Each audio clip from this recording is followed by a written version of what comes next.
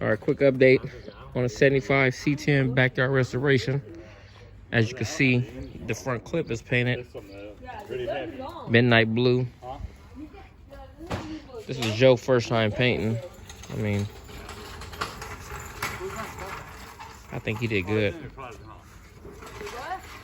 He did a good job for his first time. Not really no runs.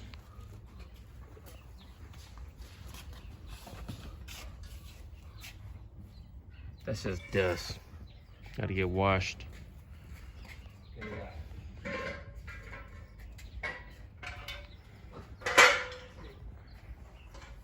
Then he did the truck also.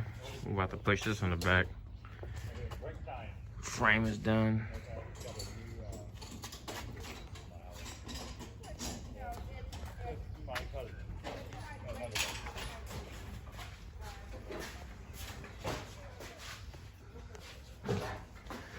And once it's all put together, you're gonna sand this bed out with some wire wheels and bed liner.